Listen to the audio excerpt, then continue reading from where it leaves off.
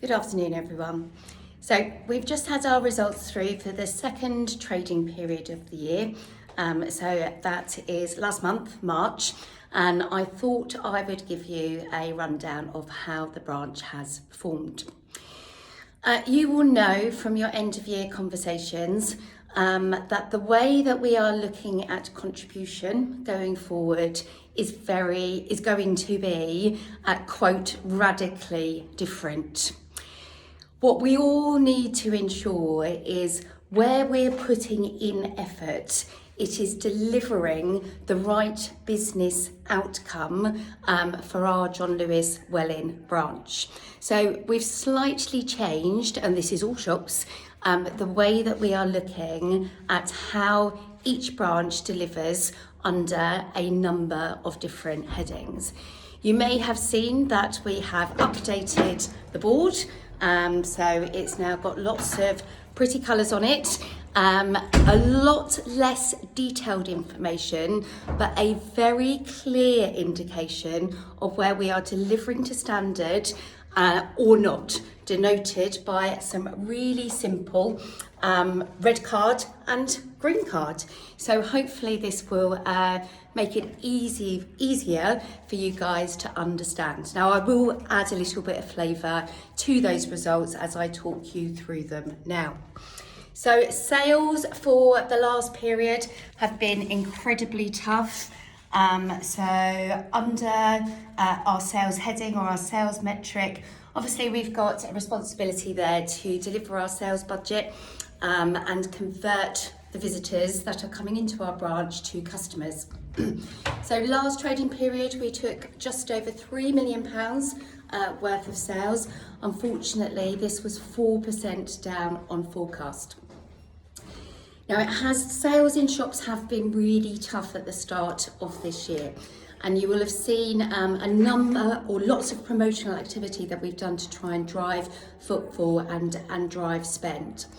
So whilst we were 4% down, shops in general were 5% down on their forecast. So actually not bad going for us in a very difficult shop environment at the moment.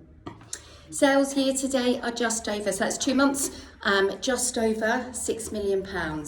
What is what you should really be aware of, and I'm not indicating in any way, shape or form that all of the responsibility sits here with us on this, but in 2 months we have taken £800,000 less than what we took last year.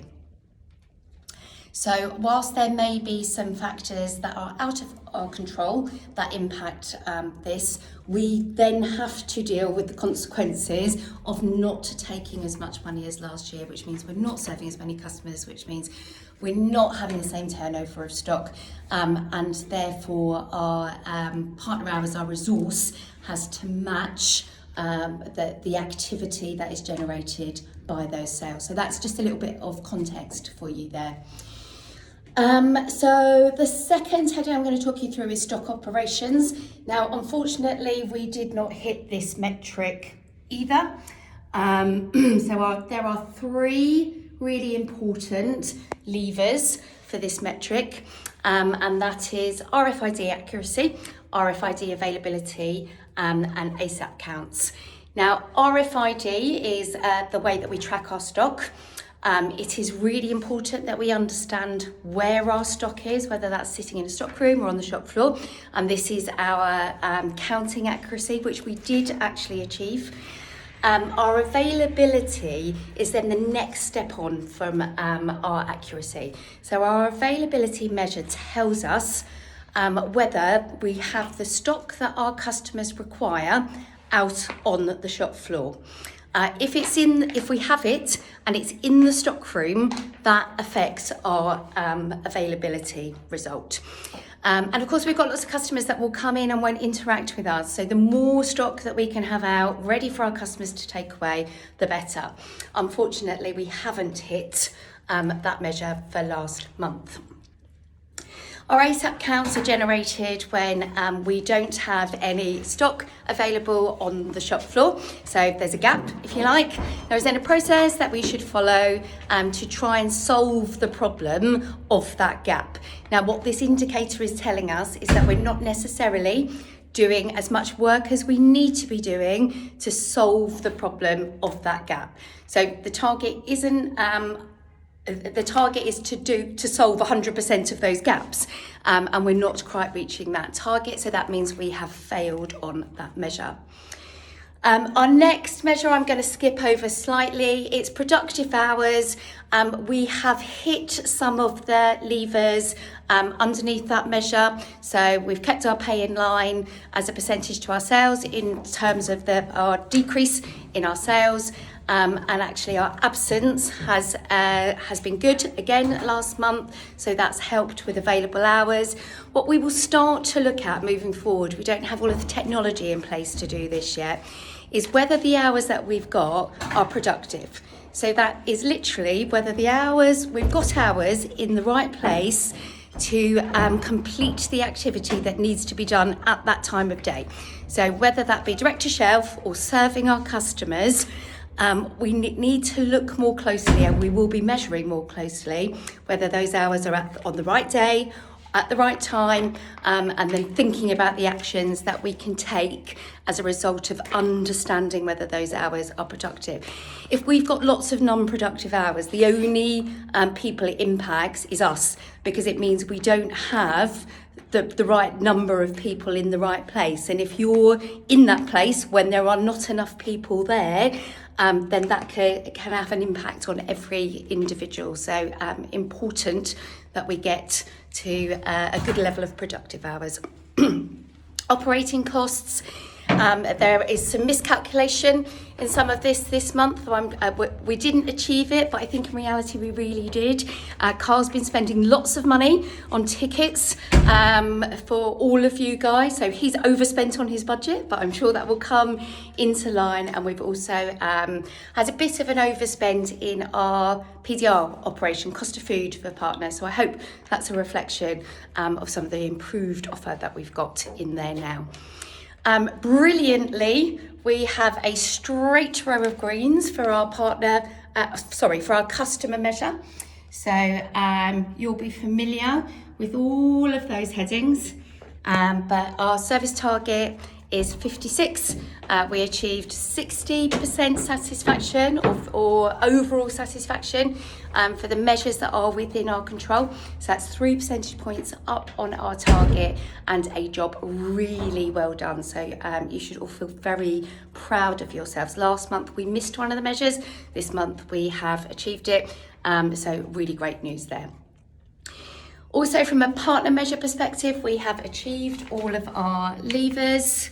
So because we've just come out of end of year conversations, everybody has active goals, but we've talked about before, how do you evidence your contribution if you don't have active goals? So it's really important that you keep these up to date. Everyone has gone through their earning membership journey. That should be. We improved on our engagement survey versus last year, and we passed our DV assessment at the end of last year. And then the last one, a bit boring but fundamental to the safe operation of our shop, is our risk and compliance.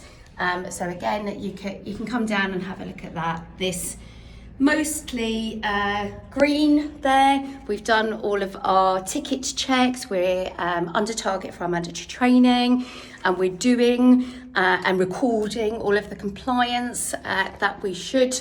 And the only red one on there at the moment is our food safety audit, which we actually achieved a really good score on, and the team should feel very proud. But as more branches are having their audit, what we have seen is that we have slipped under the average for a branch, and that is what our target or our contribution is based on.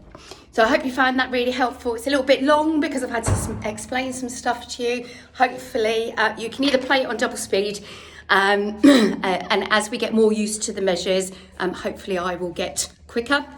I just wanted to share with you also that next week we have our shop optimisation visit. Now these visits involve a whole load of stakeholders, so you'll see lots of strange faces in the shop next Tuesday. But the purpose of that visit is to engage their help and support in driving any one of these measures for us. So whether it's driving sales by discussing layout or brands, whether it's driving stock operations by involving some stock process individuals, any one of these measures, because ultimately they are our responsibility to deliver, but our shop optimization visit gives us the opportunity to engage those stakeholders that will help us. So do engage with them when they're around next week, and hopefully it'll be a really good visit. Thank you for taking the time to listen. Take care and goodbye.